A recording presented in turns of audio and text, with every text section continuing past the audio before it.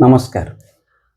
कौन खाद्य आम भल मु खाद्य को दुई भाग विभक्त कली plant based food and animal based food. आम बॉडी सबु बेले प्लांट बेस्ड फूड पर ही सुटेबल। आम बॉडी पाई आम शरीर पाई एनिमल बेस्ड फूड टिके भी सुटेबल नुह। ए जिनस बहुत लोक असमत हेबे, बहुत डॉक्टर भी असमत हेबे। कहीं ना मेडिकल बही लेखे गाइडलाइन गोटे ऑर्गेनाइजेशन गोटे देश बनाए से गाइडलाइन को मेडिकल बही लिखा जाए बुझेगा। आ से गाइडलाइन को डॉक्टर माने पढ़ी शिखती। आम देश में डायरी इंडस्ट्री अच्छी, आम देश में मीट इंडस्ट्री अच्छी, अलग देश भी सेम कंडीशन। तो जो देश में डायरी इंडस्ट्री अच्छी, जो देश में मिल्क आमर मीट इंडस्ट्री अच्छी, तो से देश में जिते भी साइंटिफिक कमिटी बसु से माने जो मोमेंट रे लिखिबे जे आम बॉडी पाई प्लांट बेस्ड फूड सुइटेबल, से मोमेंट तांको ऊपर प्रेशर पड़िबो जे एटा ए लाइन टा काटंतु।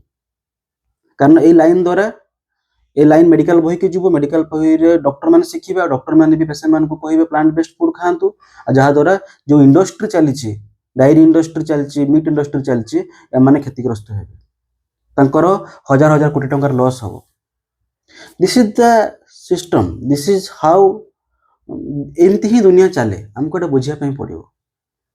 आपण जत्ते बड़ साइंटिस्ट होइथां, धर जे मु बड़ साइंटिस्ट, मते दायित्व दिहाइची मु रिसर्च करके देखिबी कोन खाद्य मो पई भलो, आ मो रिसर्च रे आसिला जे प्लांट बेस्ड फूड लोकन पई भलो। मु जो मोमेंट रे लिखिबी मो ऊपर प्रेशर पड़िबो कि नहीं? डेफिनेटली प्रेशर पड़िबो। तो सेहित पई मेडिकल बही एतले पढ़िबे, मेडिकल बही रे फास्ट से लिखि देबे animal protein is best.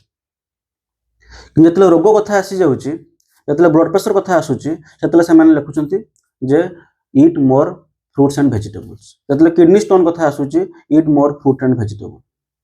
जतले uric acid बढ़ी जाउची, गाउट होउची, सेतले eat more fruits and vegetables. जतले एसिडिटी अधिक होउची, eats more fruits and vegetables. जतले हार्ट प्रॉब्लम बाहरुची, eats more fruits and vegetables. तो सबु रोग टाइम रे मेडिकल बही लिखुची कोन जे eat more fruits and vegetables. किंतु जतले खाद्य कथा मेडिकल बही रे किछि लिखा होउची, जतले समा लिखुचंती एनिमल प्रोटीन इज बेस्ट। एथिरे प्रॉब्लम अछि।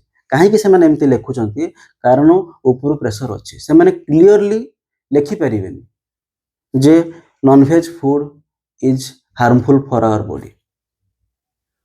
एटा हला प्रॉब्लम। कारण लिखिला माने दीटा इंडस्ट्री वालांकर हजार हजार कोटी टका लॉस हो।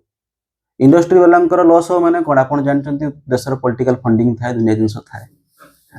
तेणु सबले मन रखिबे जे जते बेले कोनोसी खाद्य कोनोसी रोग पई सुटेबल हेई पारुनी, से नॉर्मल हेल्दी लोक पई भी सुटेबल हेई परिबोनी।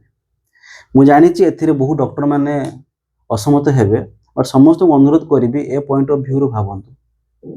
खाली मेडिकल बही रे जहा लिखा हिची ताकू एमती खाली माने लाइन बाय लाइन पढलो हबोनी, ता पछरे तार देखिया पे पड़ियो जे लाइन कोन पई लिखा हिची।